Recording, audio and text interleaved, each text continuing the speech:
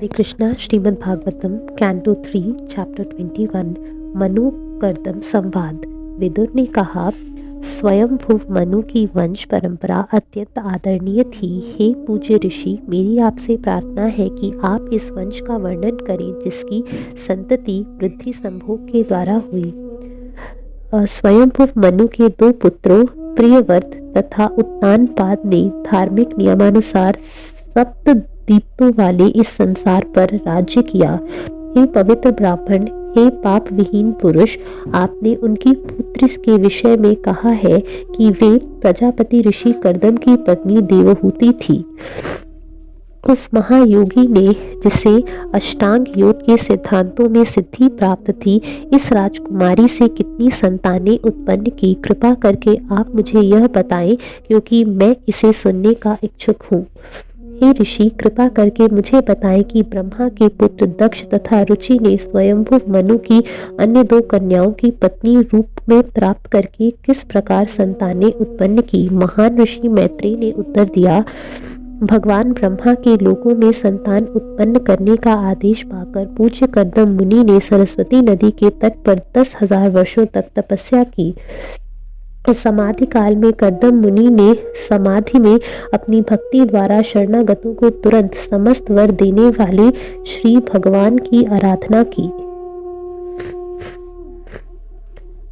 तब सतयुग में कमल नयन पूर्ण पुरुषोत्तम भगवान ने प्रसन्न होकर कर्दम मुनि को अपने दिव्य रूप का दर्शन कराया, जिसे वेदों के माध्यम से ही जाना जा सकता है। कर्दम मुनि ने भौतिक कल्मश से रहित सूर्य के समान तेजमय श्वेत कमलों तथा कमुदनियों की माला पहने श्री भगवान के नित्य रूप का दर्शन किया। भगवान ने निर्मल पीला रेशमी वस्त्र धारण कर रखा था और उनका मुख कमल, घुंघराले, नीले चिकने बालों के गुच्छों से सुशोभित था।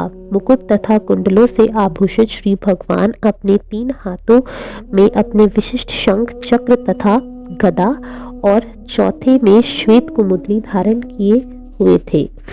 उन्होंने प्रसन्न तथा हास्युक्त मुद्रा में समस्त भक्तों के चित्त को चुराने वाली चितवन से देखा। अपने वक्षस्थल पर सुनहरी रेखा धारण किए तथा अपने गले में प्रसिद्ध कौस्तुभ मणि लटकाए हुए वे गरुड़ के कंधों पर अपने चरण कमल रखे हुए आकाश में खड़े थे।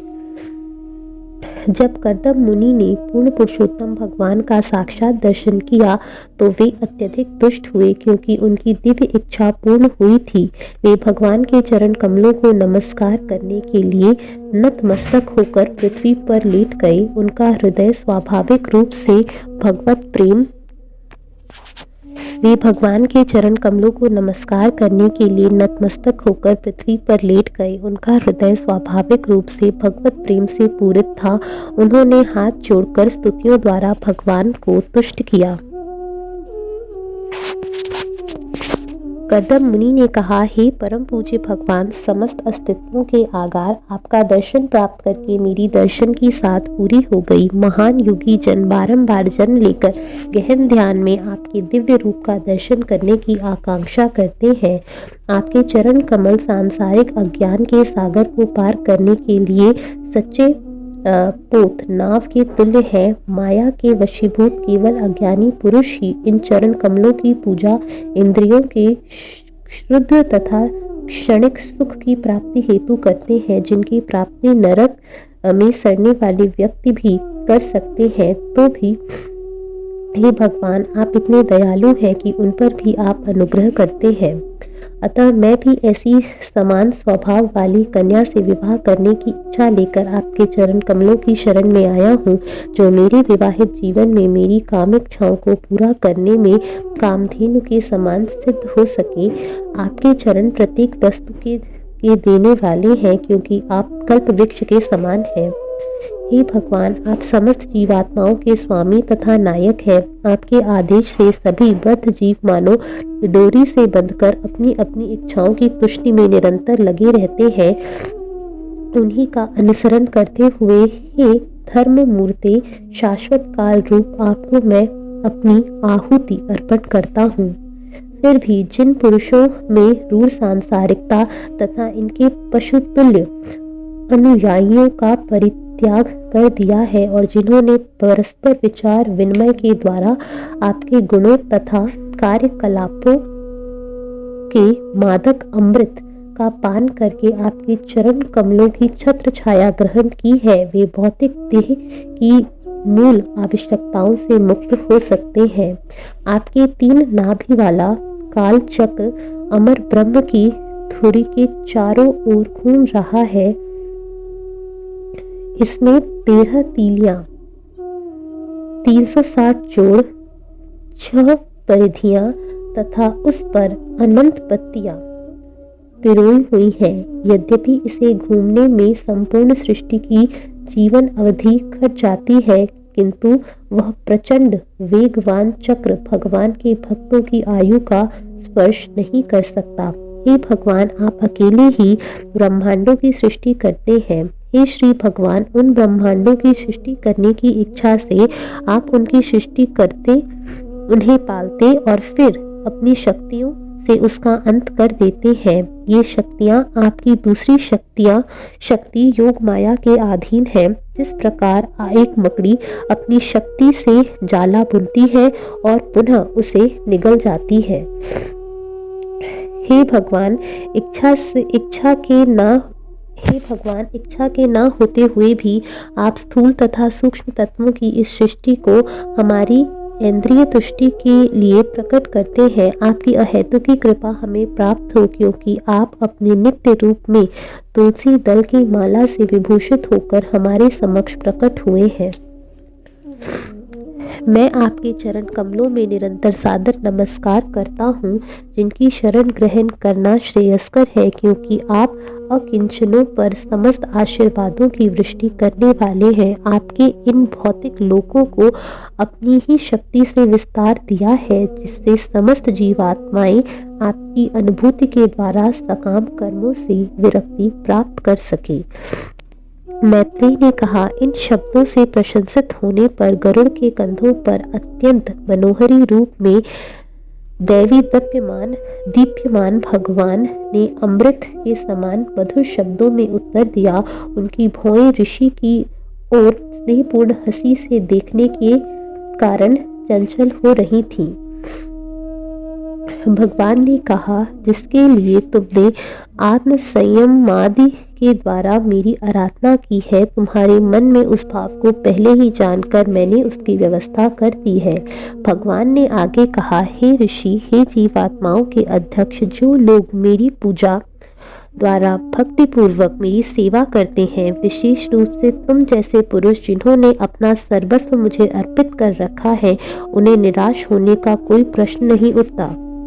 भगवान ब्रह्मा ने के पुत्र सम्राट स्वयंभू मनु, जो अपने सुकृतियों के लिए विख्यात है, ब्रह्मावर्त में स्थित होकर 7 समुद्रों वाली पृथ्वी पर शासन करते हैं। हे ब्राह्मण, धार्मिक कृत्यों में दक्ष सुप्रसिद्ध सम्राट अपनी पत्नी शतरूपा सहित तुम्हें देखने के लिए परसों यहाँ आएंगे। उनके एक श्याम नेत्रों वाली तरुणी कन्या है, वह विवाह के योग्य है, वह उत्तम आचरण वाली तथा सर्वगुण संपन्न है, वह भी अच्छे पति की तलाश में है। महाशय, उसके माता पिता तुम्हें देखने आएंगे। तुम उसके सर्वथा अनुरूप हो, जिससे वे अपनी कन्या को तुम्हारी पत्नी के रूप में अर्पित कर देंगे। हे ऋषि, वह राजकुमारी उसी प्रकार की होगी जिस प्रकार की तुम इतने वर्षों से अपने मन में सोचते रहे हो। वह शीघ्र ही तुम्हारी हो जाएगी और वह जी भरकर तुम्हारी सेवा करेगी। वह तुम्हारा वीर्य धारण करके 9 पुत्रियां उत्पन्न करेगी और यथा समय इन कन्याओं से ऋषि संतानें उत्पन्न होंगी। मेरी आज्ञा का अच्छी तरह से पालन करने के कारण स्वच्छ हृदय होकर तुम अपने सब कर्मों का फल मुझे अर्पित करके अंत में मुझे ही प्राप्त करोगे। समस्त जीवों पर दया करते हुए तुम आत्म साक्षात्कार प्राप्त कर सकोगे। फिर सबको अभय दान देकर अपने सहित संपूर्ण जगत को मुझ में और मुझको अपने में स्थित देखोगे। हे ऋषि, मैं तुम्हारी 9 कन्याओं सहित तुम्हारी पत्नी देवहूति के माध्यम से अपने स्वांश को प्रकट करूंगा और उसे उस दर्शन शास्त्र का उपदेश दूंगा जो परम तत्वों या श्रेणियों से संबंध है। मैत्रेय ने आगे कहा, इस प्रकार कर्दम मुनि से बातें करने के बाद इंद्रियों के कृष्ण भावनामृत में लीन रहने पर प्रकट होने वाले भगवान उस बिंदु नामक सरोवर से, जो सरस्वती नदी के द्वार चारों ओर से घिरा हुआ था, अपने लोक को चले गए। खड़े हुए कर्दम मुनि के देखते देखते भगवान वैकुंठ जाने वाले मार्ग से प्रस्थान कर गए, जिस मार्ग की प्रशंसा सभी महान मुक्त आत्माएं करती हैं। मुनि खड़े खड़े भगवान के वाहन गरुड़ के फड़फड़ाते पंखों से गूंजादित सामवेद के मंगलाचरण जैसे लगने वाली ध्वनि को सुनते रह गए। तब भगवान के चले जाने पर पूज्य साधु कर्दम भगवान द्वारा बताए उस समय की प्रतीक्षा करते हुए बिंदु सरोवर के तट पर ही ठहरे रहे। स्वयंभू मनु अपनी पत्नी सहित स्वर्ण भूषणों से सुसज्जित अपने रथ पर आरूढ़ हुए। अपनी पुत्री को भी उस पर चढ़ाकर वे समस्त भूमंडल का भ्रमण करने लगे। हे विदुर, वे मुनि की कुटी में पहुंचे, जिसने अपनी तपस्या का व्रत भगवान द्वारा पहले ही बताए गए दिन ही समाप्त किया था। सरस्वती नदी के बाढ़ जल से भरने वाले पवित्र बिंदु सरोवर का सेवन ऋषियों का समूह करता था। इसका पवित्र जल न केवल कल्याणकारी तथा वरन अमृत के समान मीठा भी था। यह बिंदु सरोवर कहलाता था क्योंकि यहीं पर जब भगवान शरणागत ऋषि पर दयार्द हो उठे, उनके नेत्रों से आंसुओं की बूंदें गिरी थी।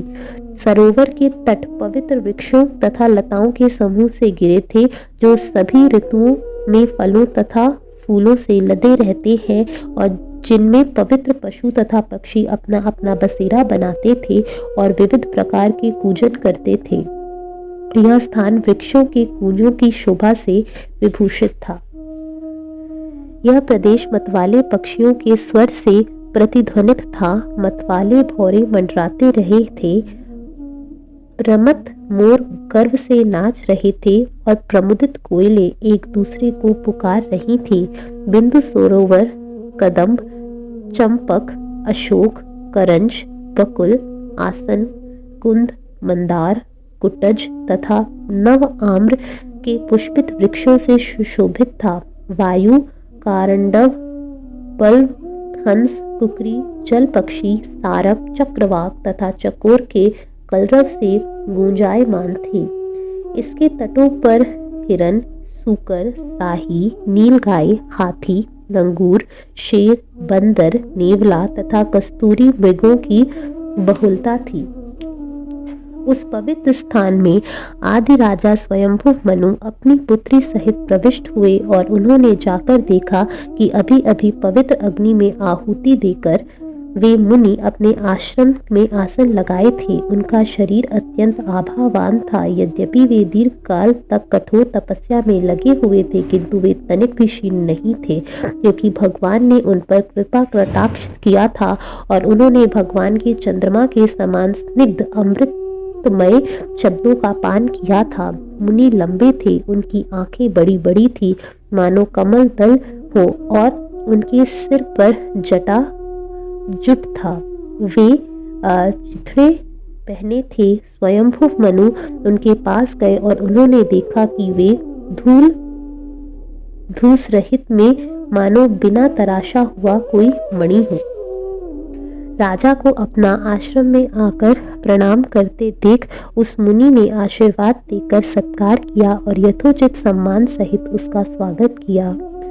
मुनि से सम्मान पाकर राजा स्वयंभू मनु बैठ गए और शांत बने रहे। तब भगवान की आदेशों का स्मरण करते हुए कर्दम मुनि अपनी मधुर वाणी से राजा को प्रमुदित करते हुए इस प्रकार बोले, हे भगवान, आपका यह भ्रमण निश्चित रूप से सज्जनों की रक्षा तथा असुरों के वध के उद्देश्य से संपन्न हुआ है, क्योंकि आप श्री हरि की रक्षक शक्ति से समन्वित है।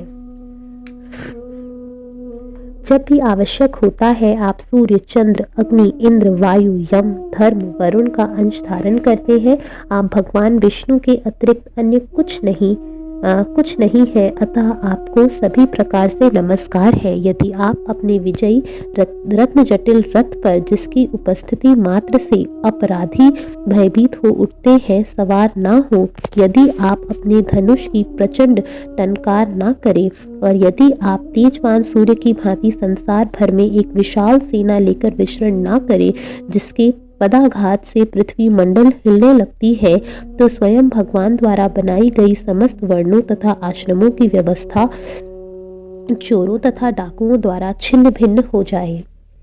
यदि आप संसार की स्थिति के विषय में सोचना छोड़ दें, निश्चिंत हो जाएं, तो अधर्म बढ़ेगा, क्योंकि धन लोलुप व्यक्ति निर्द्वंद हो जाएंगे। ऐसे दुराचारियों के आक्रमणों से यह संसार विनष्ट हो जाएगा। तो भी हे पराक्रमी राजा, मैं आपसे यहाँ आने का कारण पूछ रहा हूँ। वह चाहे जो भी हो, हम बिना हिचक के उसको पूरा करेंगे। हरे कृष्णा।